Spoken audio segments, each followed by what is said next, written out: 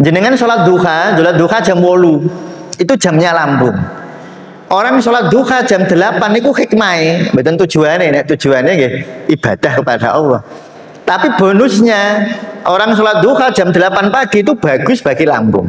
Nah, sehingga cara mendoakannya dipegang titik parunya sambil dibacakan ini tadi Bismillah ping telu, lalu a'udzubillahi wa qudratihi 7 kali. Dan paling bagus didoakan seperti itu jam 3 sampai jam 5 pagi. Nah, itu sangat saya anjurkan bagi orang yang asam uratnya naik dibarengi tensi naik, yaitu sangat baik jika di samping jenengan ikhtiar secara rasional, jenengan juga menyayangi ginjalnya dengan cara didoakan di jam 17 sampai 19.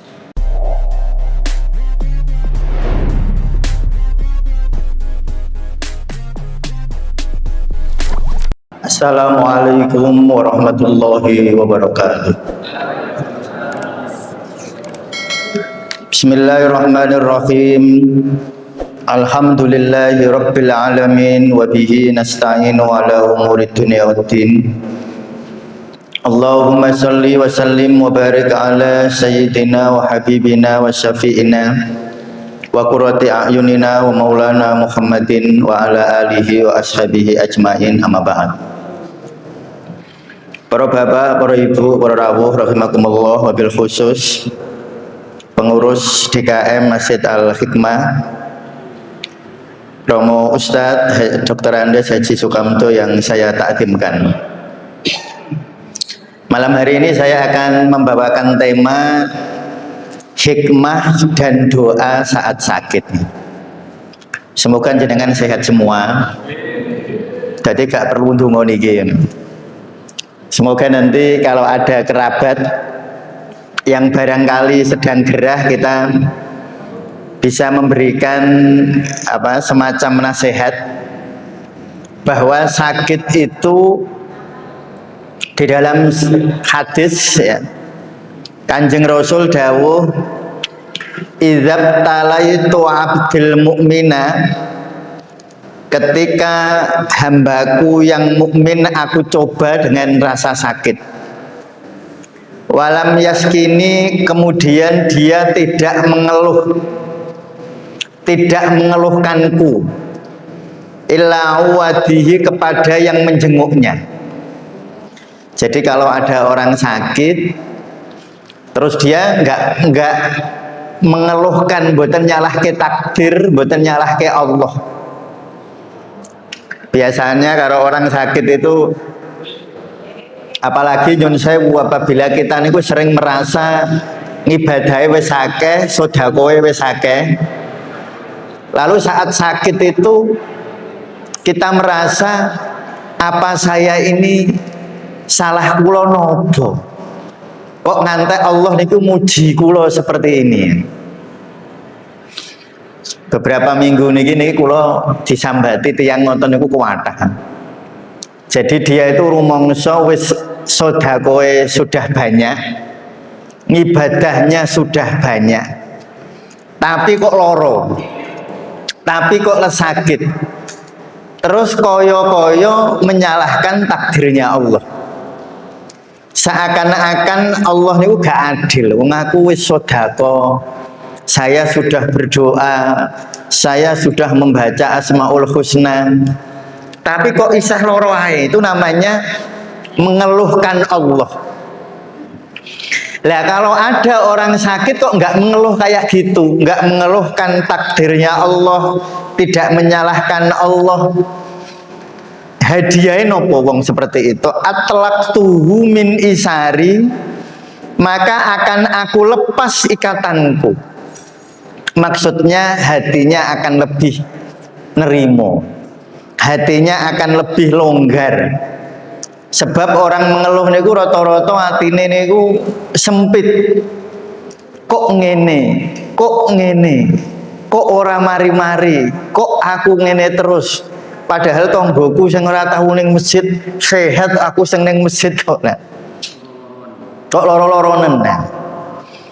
Lalu hadiahnya summa abdaltuhu lahman khairon min lahmihi, aku akan mengganti dagingnya dengan daging yang lebih baik.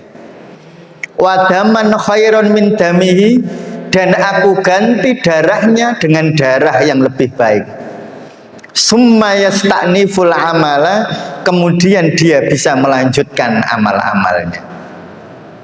Ini sebenarnya selaras ya, selaras dengan ilmu imunologi namanya, ilmu kekebalan tubuh. Orang itu kalau sakit terus sambat, mengeluh, hatinya gelisah, hatinya marah, maka kekebalan tubuhnya malah menurun.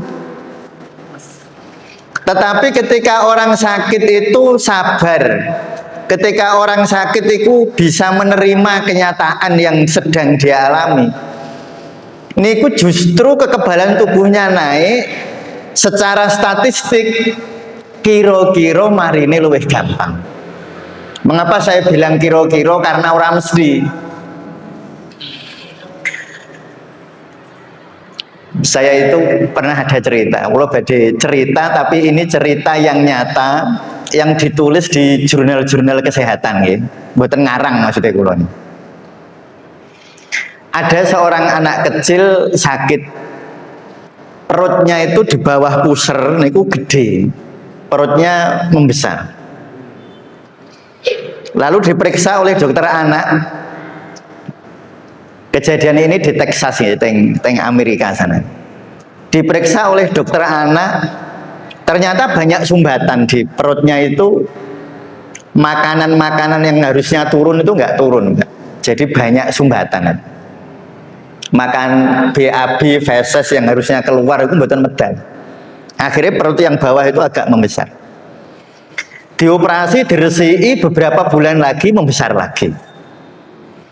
Akhirnya dirujuk ke dokter anak terbaik di dunia. Betul, cuma pengen dokter anak terbaik. Kalau berobat ke beliau karena dokter terbaik, antrine 6 sasi. Orang berobat antrine 6 sasi, saking hebatnya dokter. Singkat cerita, si anak ini sampai ke dokter itu dicek, di ronsen, di MRI, di CT scan, dicek semua, ternyata saraf yang menggerakkan ususnya itu nggak gerak. Jadi ususnya itu ora ono baterainya, ngoten kira-kira ngoten. Sehingga ususnya nggak bisa gerak, maka dia nggak bisa mencerna makanan. Jadi kalau lama-lama perutnya membesar. Setelah dicek, dokter itu yakin ini nggak ada obatnya, harus ditompo apa anane. Si anak ini di tempat itu, di rumah sakit tempat dokter tadi itu, ada temennya satu kamar, dia cerita, apakah kamu takut mati? Sama temennya itu, ya aku takut kalau aku mati.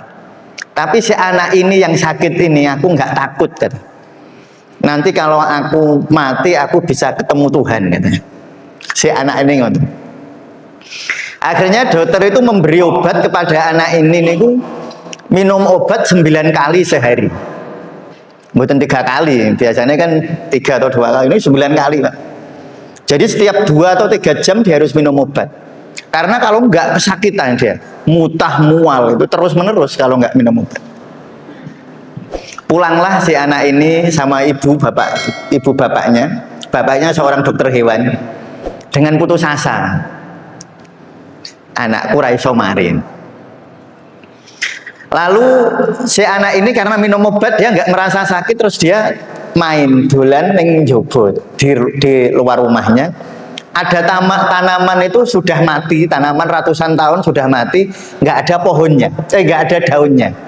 Jadi sudah pohon mati, onten bolongane di batangnya itu ada lubang. Si anak ini jatuh 9 meter dari lubang. Ke lubang itu, singkat cerita dia koma beberapa hari, terus bisa sadar, dibawa pulang. Nah ketika dia sampai di rumah,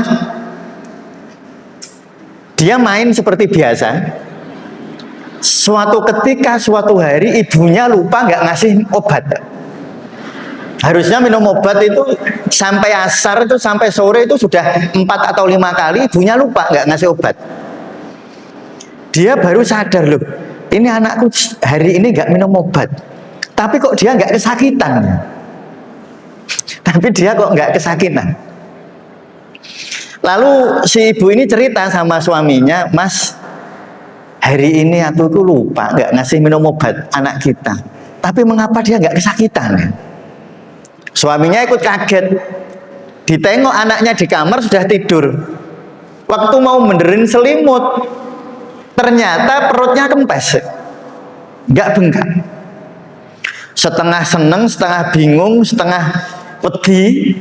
Ibunya, ini anakku ini kenapa kok seperti ini? Yo seneng, tapi ini jangan-jangan hanya sementara. Pokoknya pikirannya bingung. Akhirnya paginya dia terbang ke Meksiko, ke tempat dokter yang terbaik itu. Lalu diperiksa semua oleh dokter itu menyimpulkan sembuh anak ini. Nah, itu namanya kalau di dunia kedokteran namanya remisi spontan. Remisi spontan itu orang sakit sudah menurut logika kedokteran nggak bisa sembuh, tetapi kok bisa sembuh tanpa upaya, tanpa ada sesuatu intervensi tertentu, kok iso mari. Jadi disebut apa? Remisi spontan. Jadi penyakit yang sembuh tanpa ada intervensi yang bisa dipahami oleh dunia kedokteran. Sampai di rumah ibu ini nanya kepada si anak ini, apa yang terjadi sebenarnya? Si anak ini cerita waktu dia tidur, katanya waktu koma jatuh dari pohon tadi itu, waktu aku tidur, aku diajak seekor kupu-kupu melihat taman-taman yang indah. Lalu kupu-kupu itu bilang sama aku, kamu pulang, katanya. Loh, kenapa? Kalau aku pulang aku sakit, katanya. Enggak, kalau kamu pulang kamu sehat. Lalu saya melek, terus dia bangun dan sembuh. Nah, itu namanya remisi spontan. Sebenarnya cerita gitu banyak. Saya mengumpulkan puluhan cerita tentang hal seperti itu yang ditulis secara ilmiah, bukan cerita bohongan, cerita betul-betul. Ada seorang perempuan keturunan India, namanya Anita Murjani. Lahirnya di Singapura, jadi warga negara Hong Kong. Kena sakit kanker getah bening. Sudah nggak bisa diobati, sudah kemana-mana berobat nggak sembuh. Akhirnya berpasrah diri. Waktu dia koma, dia merasa ada orang ngersii tubuhnya, membersihkan darahnya. Lalu dia bangun sembuh. Saya cerita seperti ini tidak menyuruh atau berharap jenengan kalau gerah tengok-tengok berharap remisi spontan, mboten, Pak. Mboten, Bu. Sebab nopo? Semua kejadian remisi spontan itu terjadi setelah orang ikhtiar sakpole. Tidak ada remisi spontan wonge tengok-tengok nang omah tanpa ikhtiar terus mari, mboten enten. Semua kejadian yang dilaporkan tentang remisi spontan polanya sama. Polanya adalah ikhtiar sakpole saisone, dan ketika tidak sembuh dia lalu berpasrah diri, tidak putus asa. Semua polanya begitu. Nah, sehingga ini sebenarnya cerita begitu yang saya alami di dalam 20 tahun saya berpraktek, mungkin ratusan kali sebenarnya. Banyak cerita, cuma gak ditulis di dunia, di jurnal gitu aja. Tapi saya melihat semua pola penyembuhan spontan, remisi spontan itu setelah berikhtiar saisone sakpole. Setelah berikhtiar kesana kemari, wis mentok. Nah, ketika mentok lalu dia berpasrah diri, barulah terjadi remisi spontan. Jadi polanya ngoten. Sehingga ini bukan cerita untuk mengendurkan ikhtiar, mboten. Tapi ini cerita agar kita saat manusia kehabisan cara, Allah tidak pernah kehabisan cara. Kalau manusia bisa kehabisan cara, itu manusia. Tapi kalau Allah tidak mungkin kehabisan cara. Nah, itu kalau di dunia kedokteran namanya remisi spontan, dan itu terjadi paling banyak itu di kanker. Nah, di dalam tubuh kita, mengapa orang itu kalau berpasrah diri, hatinya sudah damai, wis pasrah, kok malah sembuh? Itu secara logika kira-kira, ini kira-kira, karena mekanismenya belum dapat dipahami 100%. Tapi kira-kira ini begini. Di dalam tubuh kita itu ada satu sel namanya natural killer. Jadi natural killer itu kayak tentara di dalam tubuh. Fungsinya dia membunuh sel kanker di dalam tubuh kita. Jadi manusia itu punya, kita itu 1-2 sel calon kanker itu punya. Cuma natural killer ini kayak lowo. Dia bisa membau di mana kanker itu ada. Jadi misalnya perempuan, ada seorang perempuan, di rahimnya ada calon kanker. Natural killer ini iso mambu, oh neng rahimnya ada calon kanker, dia segera ke sana, terus calon kanker ini dimatikan oleh natural killer itu. Oh, kalau laki-laki misalnya di prostat ada calon kanker, natural killer ini segera ke prostat untuk membersihkan kanker di prostat. Tetapi ini paradoksnya, natural killer itu hanya diproduksi cukup jika orangnya bahagia. Niku angele. Padahal wong loro, misalnya ada orang, Bu, sampean jenengan loro kanker itu kan bahagia kan angel. Angel, padahal syaratnya mari bahagia. Tapi niku angel.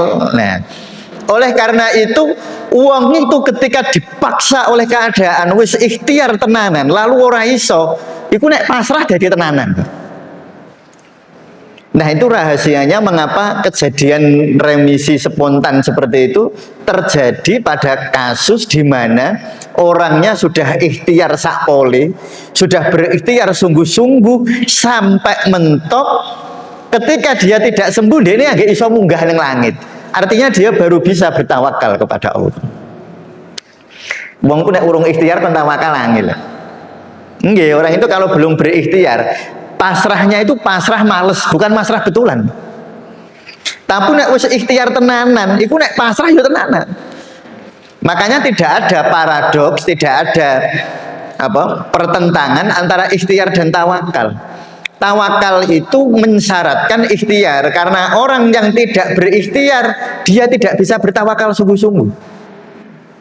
Misalnya mahasiswa, dia nggak belajar terus tawakal, gayane. Dia sudah tawakal, besok nilai seadanya. Lalu tiba-tiba nilai itu keluar, dia disuruh bertawakal susah karena pikirannya ngene. Seandainya nilainya bagus atau seandainya nilainya jelek, dia akan mikir gini, ini gara-gara aku kemarin nggak belajar.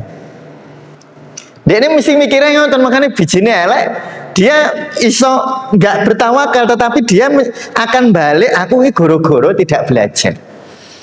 Nah, orang yang berikhtiar dengan sungguh-sungguh lalu menyadari betapa terbatasnya diri kita itu, lalu nek pasrah tenanan karena wes sadar dirinya nggak berdaya.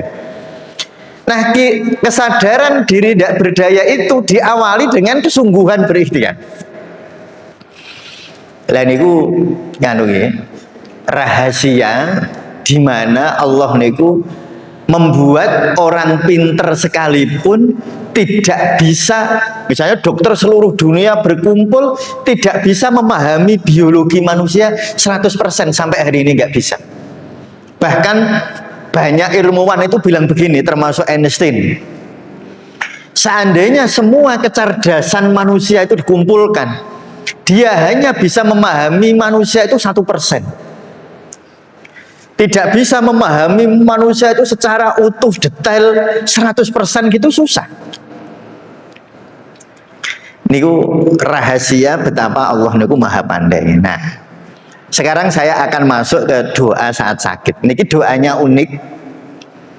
Nanti jenengan atau bila ada kerabat atau saudara yang sedang sakit ini bisa rekomendasikan lah doa ini. Ini hadis riwayat Imam Ahmad dan Imam Muslim ya. Doanya, hadisnya begini. Idza ta'allam fi jasadika do yadaka alalladzi ta'allam. Jika engkau sakit, Kata Rasulullah, letakkan tanganmu di tempat yang sakit. Lalu doanya ini, Bismillahirrahmanirrahim salasan, ping telu. Lalu a'udzubillahi wa qudratihi min syarri ma ajidu wa uhadir sab'an, ping 7. Bismillah ping telu. Terus doa a'udzubillahi wa qudratihi min syarri ma ajidu wa uhadir 7 kali. Sambil diletakkan di tempat yang sakit. Misalnya orang itu sering dadanya celekit-celekit kan nggih wonten nggih. Biasanya terus wedi, jojol loro jantung. Ya kalau celekit-celekit jangan usek-usek hilang niku otot Pak, mboten jantung Pak. Ini dodo celekit-celekit terus jangan usek-usek ngeten-ngeten hilang, itu berarti ototnya. Kalau jantung itu sesak nafas tersengal-sengal nih. Nah, misalnya dengan dadanya nggak nyaman, ya nggak nyaman. Jangan pegang, lalu berdoa Bismillahirrahmanirrahim 3 kali, terus a'udzubillahi wa qudratihi min syarri ma ajidu wa uhadir ping 7. Misalnya boyoke loro, itu pegang boyok sing sakit. Terus diwaoske niki. Dengkule loro kan nggih. Mriki nggih wonten wong lara dengkul. Wonten nggih, lutut nyeri. Ya tentu berobat secara rasional boleh dan baik ya. Tetapi doa-doa semacam ini juga bagus. Jenengan pegang di tempat yang sakit, diwacake Bismillahirrahmanirrahim, Bismillahirrahmanirrahim, Bismillahirrahmanirrahim.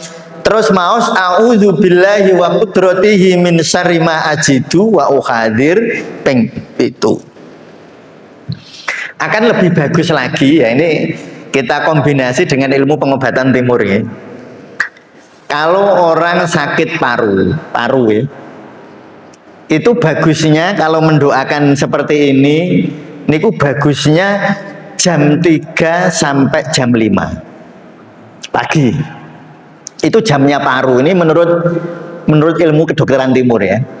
Jadi jam 3 sampai jam 5 pagi, paru-paru itu paling aktif untuk menyerap obat, untuk aktif untuk memperbaiki dirinya sendiri. Itu jam 3 sampai jam 5. Nah, misalnya problem paru itu batuk lama, batuk napa? Nah, batuk itu ada 2 ya.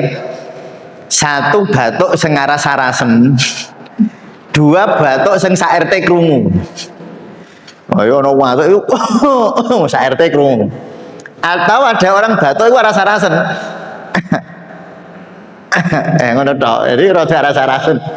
Niku hati-hati, itu berbeda ya. Nyuwun sewu, mengapa saya sampaikan ini, karena sekarang itu berkembang pengobatan bekam. Kalau batuknya kuat sak RT krungu itu dibekam ape. Tapi nek wong watuke aras-arasen nggih ampun dibekam Mbak, elek. Nggih, jadi nek watuke ku sak RT krungu, ya RT krungu kabeh, iku dibekam titik paru-paru bagus. Tapi kalau watuke aras-arasen, jangan dibekam, itu malah nanti nggak bagus itu. Nah, termasuk problem paru-paru itu alergi. Jadi nanti misalnya ada keluarga, anak atau cucu itu misalnya alergi itu problemnya kalau secara pengobatan timur nggih, mboten pengobatan medis. Secara pengobatan timur alergi gampang gatel niku problem paru. Nah, sehingga cara mendoakannya dipegang titik parunya. Titik paru itu di dada kanan kiri. Sambil dibacakan ini tadi Bismillah ping 3, lalu a'udzubillahi wa qudratihi 7 kali, sambil dipegang titik paru-parunya. Jadi kalau ada orang alergi begitu. Dan paling bagus didoakan seperti itu jam 3 sampai jam 5 pagi. Terus ada misalnya problem usus besar. Problem usus besar itu sering berhubungan dengan kolesterol. Nah, jadi kalau orang kolesterolnya gampang naik, itu hubungannya dengan 3 organ. Bisa karena usus besarnya, bisa karena livernya, bisa karena empedu. Nah, jadi maka orang kalau dia ada gangguan BAB, biasanya kalau kolesterolnya naik, susahnya turunnya susah, Pak.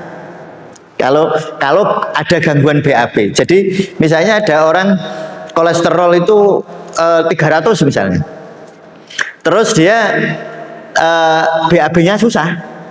Biasanya diturunkan susah itu. Tapi nek BAB-nya normal biasanya diturunkan mudah. Hanya begini ya. Jangan kita itu terlalu mudah nyalah ke panganan. Misalnya kolesterol. Kolesterol itu ada dua sumbernya. Satu sumbernya dari makanan. Memang karena jenengan dahare gorengan, tempe ini sak mili, glepungnya 2 senti. Wah, terus digoreng panas-panas. Jenengan dahar. Coba jenengan tekan pakai tisu, minyaknya kuatah napa mboten? Lah minyak kayak gitu itu memang ya minyak paling buruk sebenarnya. Minyak yang sudah digoreng melebu tepung dengan dahar. Nah, memang ada sumber kolesterol itu karena makan lemak, makan minyak. Tetapi ada kolesterol yang berasal dari dalam tubuh kita sendiri. Namanya kolesterol endogen. Kolesterol yang diproduksi oleh diri kita sendiri. Jadi walaupun orangnya nggak makan lemak sekalipun, kolesterolnya tetap munggah.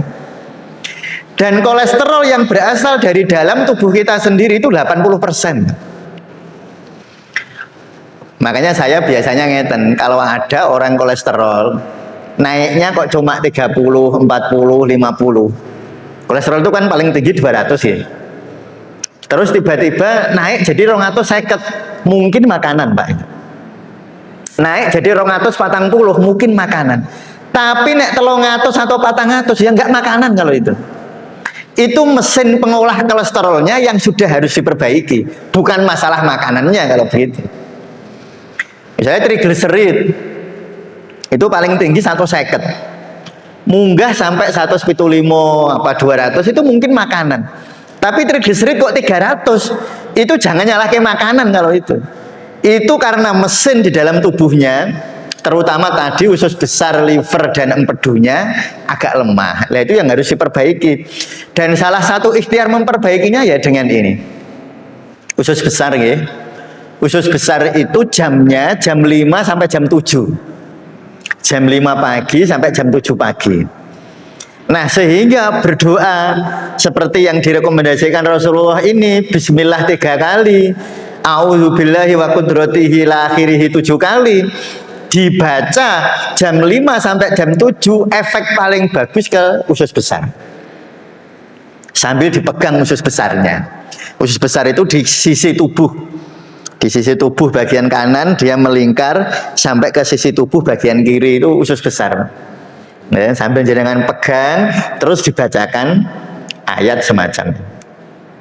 Atau ada orang itu BAB kok, biasanya aku itu BAB sedino itu sepisan 1 kali, ini kok 3 hari nggak BAB. Nah itu kemungkinannya usus besarnya terganggu. Atau gampang diare, kok ini diare kok berhari-hari nggak terganggu. Nah diare itu bisa karena usus besar, tapi bisa juga dari yang lain. Contoh ya, kalau jenengan diare niku metune bubur, kayak bubur metu, surur kayak bubur, itu diare karena lambung, Mbak. Lambung. Nah yang harus dikuatkan lambungnya. Ada orang diare sing metu panganan. Jenengan dahar semongko, diare metu semongko. Jenengan dahar kacang, diare metu kacang, ono kacangnya, itu usus kecil. Diare karena usus kecil. Kalau diare metune angin, wah metune angin, BAB-nya nyebar kemana-mana, kayak didorong sama angin, itu usus besar. Nah yang diare kayak gitu, megangnya di usus besar, dilus-lus sambil dibacakan Bismillahirrahmanirrahim, Bismillahirrahmanirrahim 3 kali, terus a'udzubillahi wa qudratihi min syarri ma ajidu wa uhadir. Ini 7 kali. Lalu kalau problemnya lambung, kalau problem lambung itu ngobati paling apik. Kalau mau berobat lambung paling bagus itu jam 7 sampai jam 9. Sehingga jenengan itu sholat subuh, jenengan sholat subuh tepat waktu ini. Sekarang subuhnya 4:30 ya. Jenengan setengah 5 rawuh masjid jenengan jamaah. Niku jamnya paru. Jenengan sholat subuh di jam setengah 5 itu manfaat secara fisik itu paling banyak ke paru-paru. Jenengan sholat duha jam 8 itu jamnya lambung. Orang sholat duha jam 8 itu hikmah, betul tujuannya nggih ibadah kepada Allah. Tapi bonusnya orang sholat duha jam 8 pagi itu bagus bagi lambung. Nah lambung niku hubungannya biasanya itu dengan gula darah. Jadi gula darah itu dipengaruhi oleh 2 organ. 1 lambung, 2 limpa. Limpa sama lambung ini mempengaruhi pankreas. Nah, lambung niku jam kerjanya, jam paling aktif itu jam 7 sampai jam 9. Sehingga orang niku melakukan kebaikan jam 7 sampai jam 9. Jenengan mau Quran, jenengan membaca sholawat, jenengan mau asmaul husna di jam-jam seperti itu bagus bagi kesehatan lambung. Makanya saya sering menganjurkan kalau ada orang problem gula darah, di samping berobat secara rasional entah lewat kedokteran barat atau kedokteran timur, secara spiritual seneng sholat duha. Sholat duha antara jam 7 sampai jam 9. Jadi niku lambung ya, jamnya lambung. Lalu jam 9 sampai jam 11 jamnya limpa. Nah limpa niku paling sering kalau perempuan yang sering saya lihat, kapan orang itu limpanya lemah itu kalau kebanyakan perempuan, walaupun laki-laki juga bisa ya. Niku nek kesel kulitnya nyuwun sewu pahanya itu napa niku biru-biru.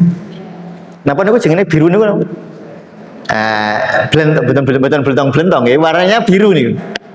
Nah itu kalau orang capek kok begitu itu limpa lemah. Atau misalnya anak gampang mis-misan. Ya mis-misan kan. Atau perempuan itu kalau mens terlalu lama. Mens biasanya aku mens seminggu selesai, kok ini sampai 2 minggu nggak selesai. Oh itu limpanya sedang lemah. Nah limpa itu ada di perut kiri atas. Di perut kiri atas itu ada lambung, terus di pojok sini ada limpa.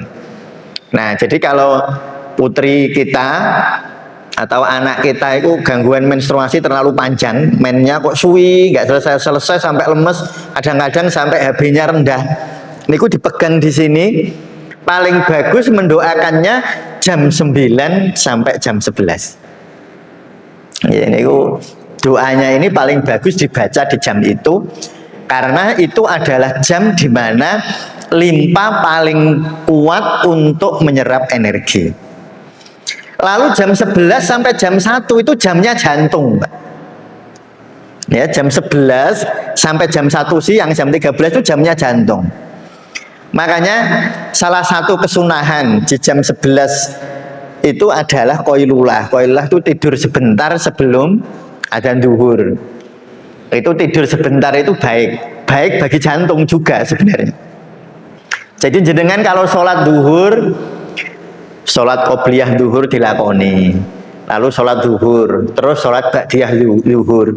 Nah jenengan rutin ini itu manfaatnya ke jantung, sangat bermanfaat ke jantung. Itu pas jamnya jantung. Atau jenengan habis duhur itu maca Quran, habis duhur itu zikir, itu bagus bagi jantung. Nah kalau ingin menjaga misalnya ada problem jantung, dipegang di dada kiri terus dibacakan ini. Paling bagus di jam 11 sampai jam 13. Lalu jam usus kecil. Jam usus kecil niku jam 13 sampai jam 15. Biasanya tanda usus kecilnya lemah niku tulang belikatnya gampang pegel, Pak. Ya, jangan tulang belikat itu mriki lho, kadang-kadang perut sakit sampai ke belakang, ya gitu. Sampai ke belakang, sampai ini sakit. Niku usus kecil. Nah, kalau orang punya gangguan kayak gitu, usus kecilnya dipegang. Usus kecil itu di pusar nih, sekitar pusar nih, tengah-tengah. Kalau yang samping tadi usus besar, dipegang di sini. Pegang di sini, terus dibacakan niki wow. Bismillahirrahmanirrahim.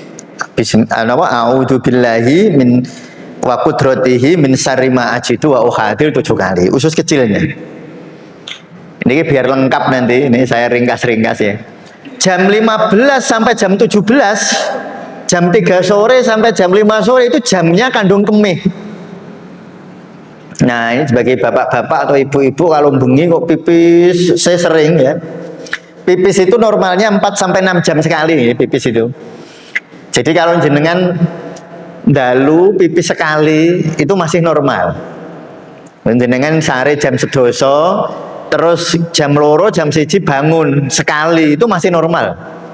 Tapi nek lebih dari 2 kali wis kaken. Itu sudah kebanyakan kalau pipisnya lebih dari 2 kali.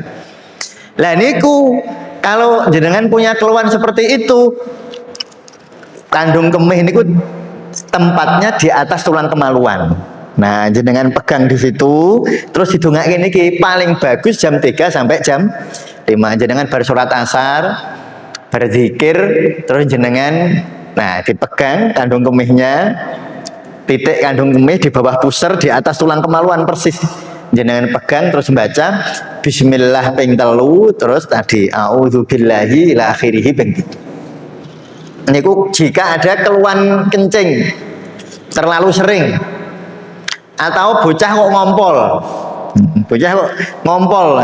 Ngompol sampai kelas 1 SD kok ngompol. Sampai apa kadang-kadang SMA banyak yang ngompol. Itu salah satu ikhtiar ruhaninya begitu. Selanjutnya, nah ini yang penting ya. Jam 5 sampai jam 7 sore malam, jam 17 sampai jam 19 itu jamnya ginjal. Jamnya ginjal. Ini hubungannya kali asam urat ya. Jadi kalau ada orang itu asam uratnya kok naik, turunnya susah padahal wis diet.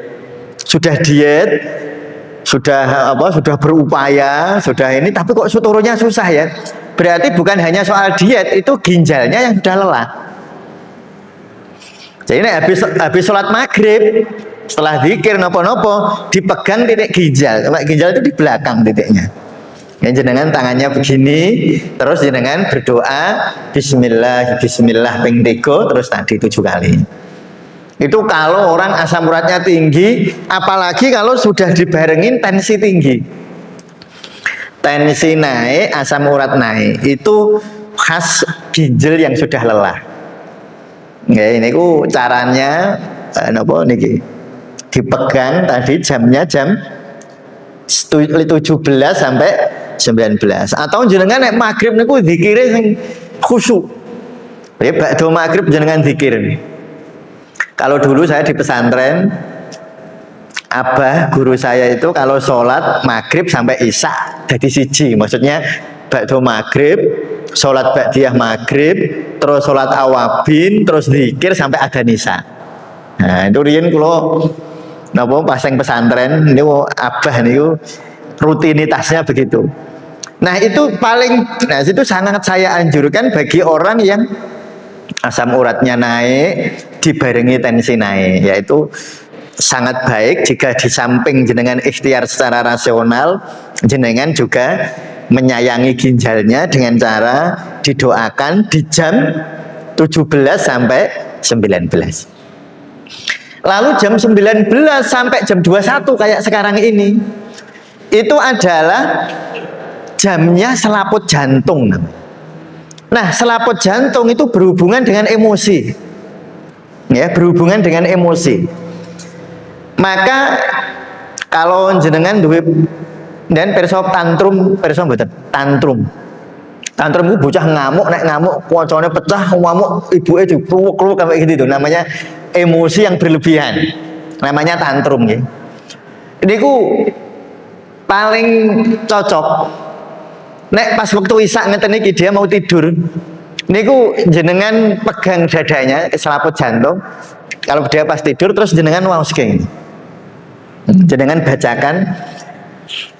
Sebenarnya membaca apa saja boleh. Yang penting kalimah thayyibah. Jangan macok ke Fatihah yo entuk, jenengan bacakan apa ya boleh. Itu anak-anak seperti itu. Mulane kula nek ngobati itu yang kesurupan, Pak. Ngobati itu yang kesurupan itu sing diobati selaput jantungnya. Jadi selaput jantung niku titike teng mriki. Jadi ini apa?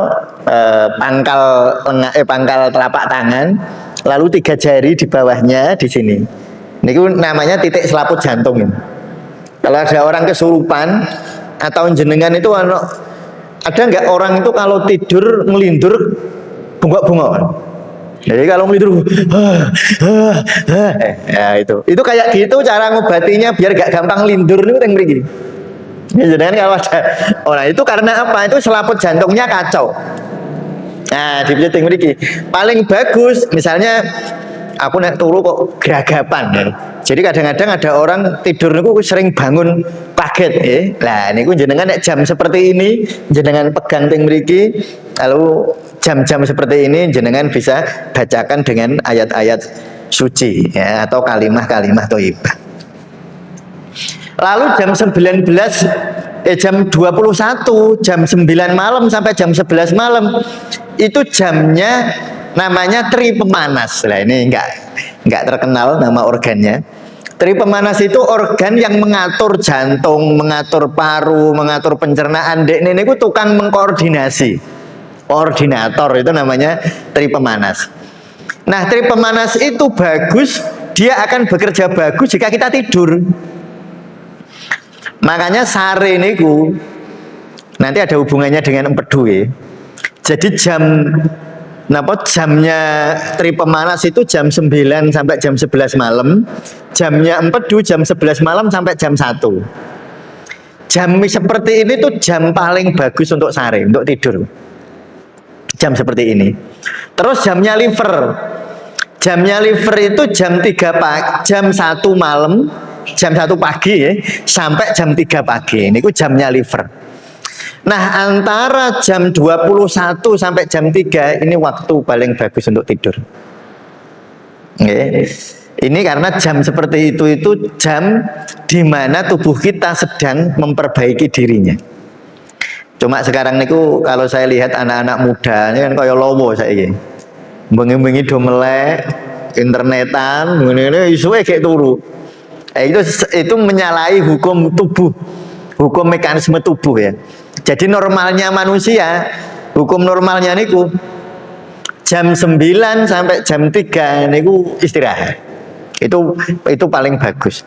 Tapi sekarang kuwale malah pagi ini nganggak subuh kelewatan. Mengapa Allah niku sholat isya niku waktune kan dawa banget. Jadi kalau kita lihat dari subuh ke zuhur niku 6 jam, ya napa mboten? 6 jam. Dari zuhur ke asar 3 jam. Dari asar ke maghrib 3 jam. Dari maghrib ke isya 1 jam. Loh, dari isya ke subuh niki pinten? Sekitar 10 jaman. Nah, itu mengapa demikian? Karena tadi memang itu waktunya sebenarnya tubuh kita membutuhkan istirahat, membutuhkan tidur. Jadi tadi jam-jamnya sudah lengkap. Kalau punya problem begini jam sekian jenengan bacakan doa semacam ini. Terutama jika sedang ada keluhannya. Lalu doa sakit yang lama belum sembuh. Jadi tapi donga niki nek wani, nek ora wani mboten usah diajarke, ora usah dipeksa nggih.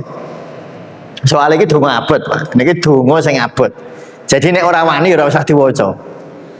Kalau ada orang sakit, dokter wis menyerah atau dokter bilang begini, "Mbok niki ngombe obat pokoknya seumur hidup.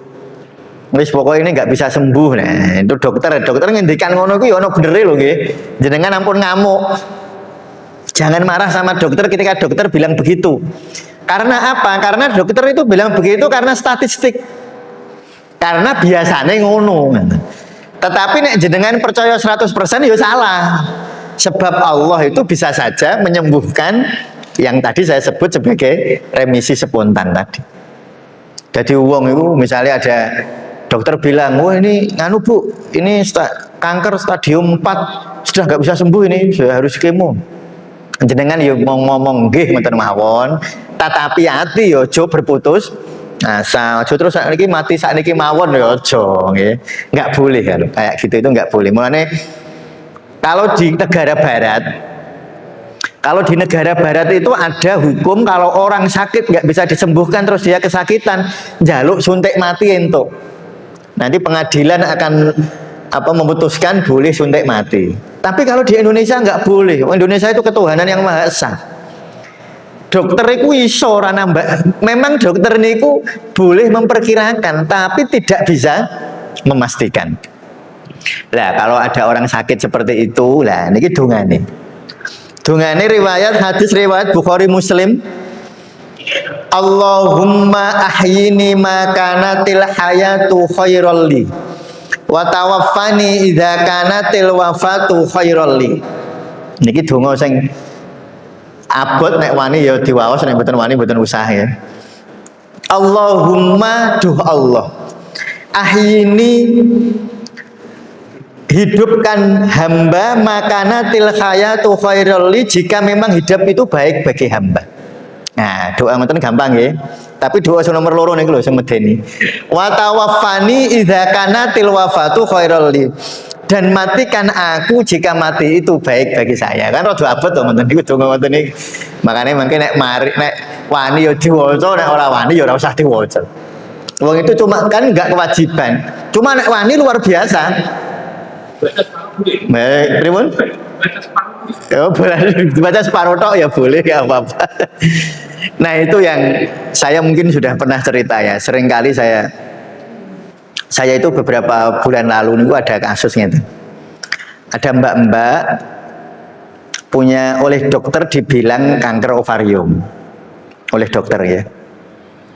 Lalu harus diangkat karena ini kanker stadium 2. Kalau enggak stadium 3, kira-kira dokter ini 2 atau 3.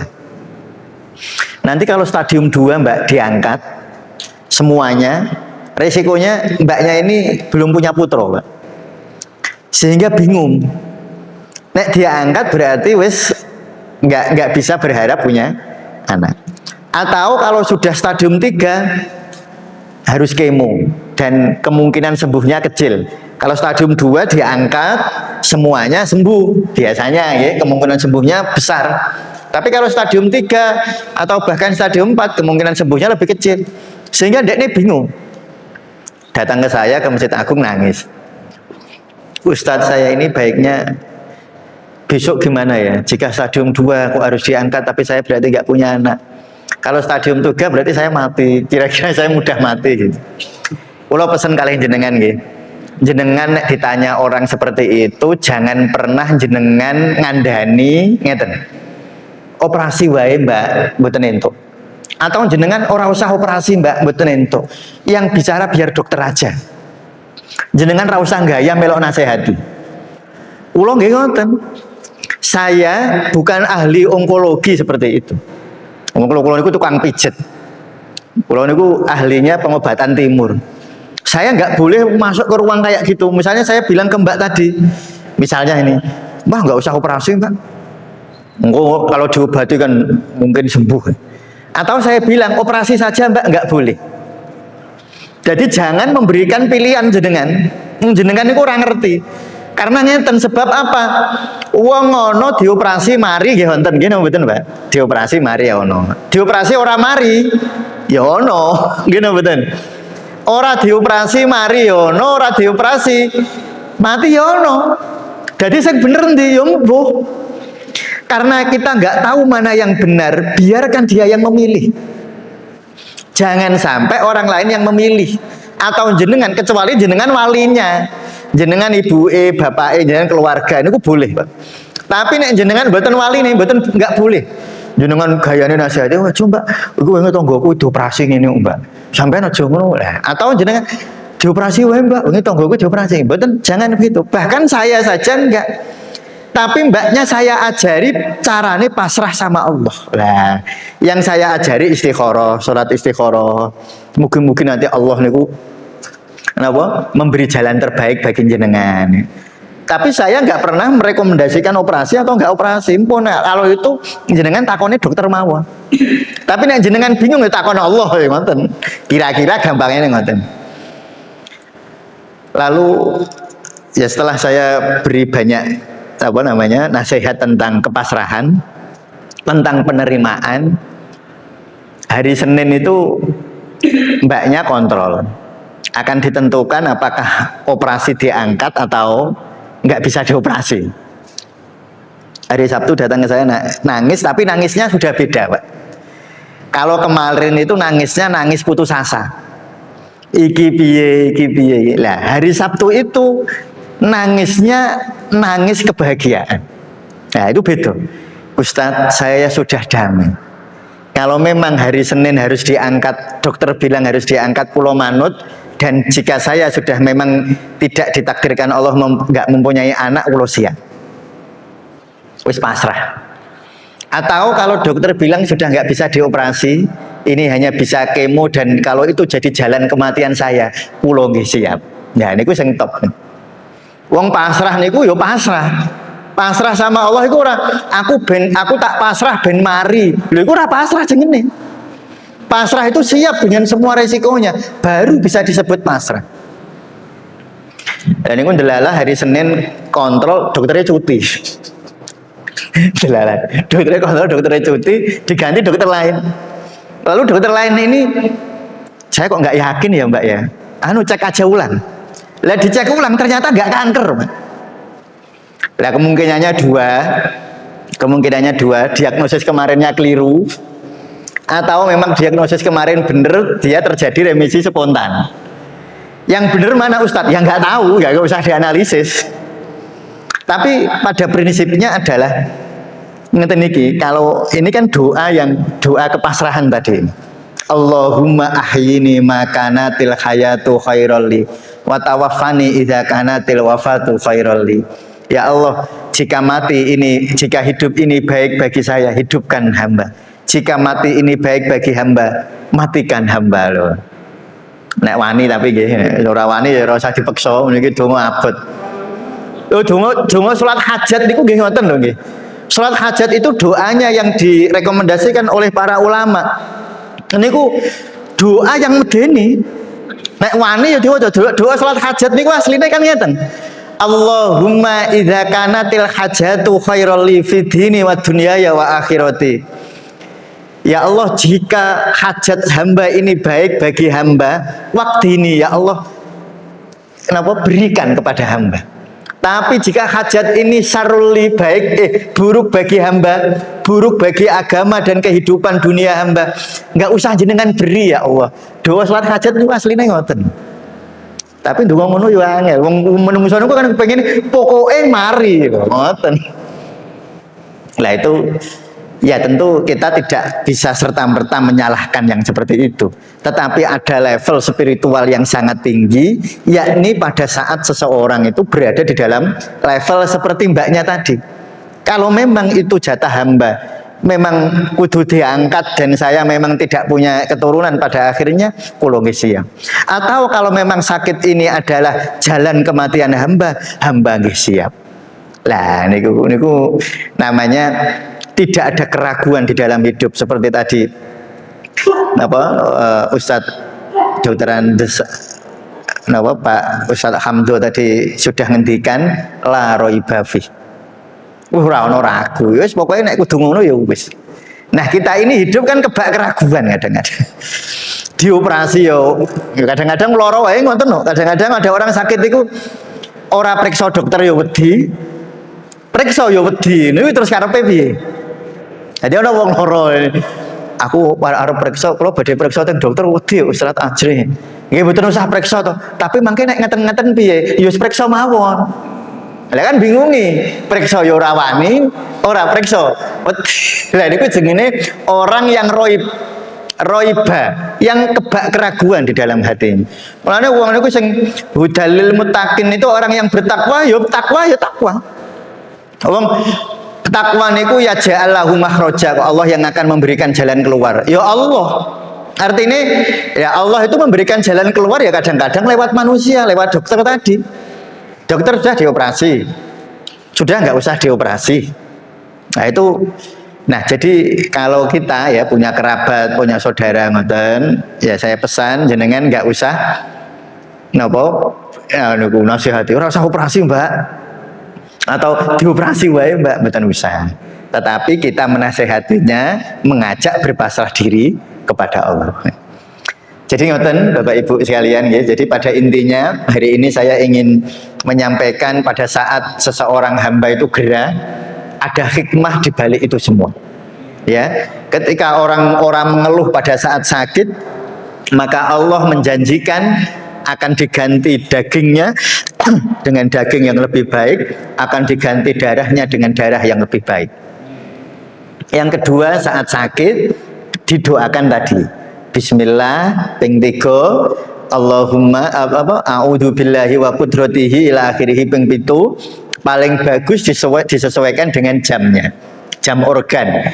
Jam 3 sampai jam 5 jamnya paru, jam 5 sampai jam 7 usus besar, jam 7 sampai jam 9 lambung, jam 9 sampai jam 11 limpa, jam 11 sampai jam 1 siang jantung, jam 13 sampai 15 usus kecil, jam 15 sampai 17 napa niku ginjal kandung kemih, jam 17 sampai jam 19 napa ginjal, jam 19 sampai jam 21 selaput jantung. Saat itu sebaiknya kita istirahat sampai jam 3 pagi, terus bangun sholat tahajud macam-macam.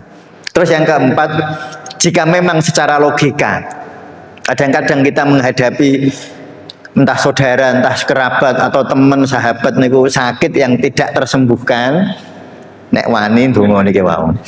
Nek wani, nek dereng wani ngaku mawon, ya Allah, nek donga sing nomor 2 niki kula skip aja. Dungane sing separuh mawon niki ya Allah. Sing Allahumma ahyini idza kanatil hayatu khairul sing mriki kula dereng mantun. Niku ngaku mawon kalih Gusti Allah. Mboten usah jenengan peksa, nanti jenengan peksa malah jenengan engko nek dikabulke tenan piye? Wah, cancel ya Allah, cancel malah. Ya saya kira ngoten. Semoga ada manfaatnya. Cekap semanten. Assalamualaikum warahmatullahi wabarakatuh.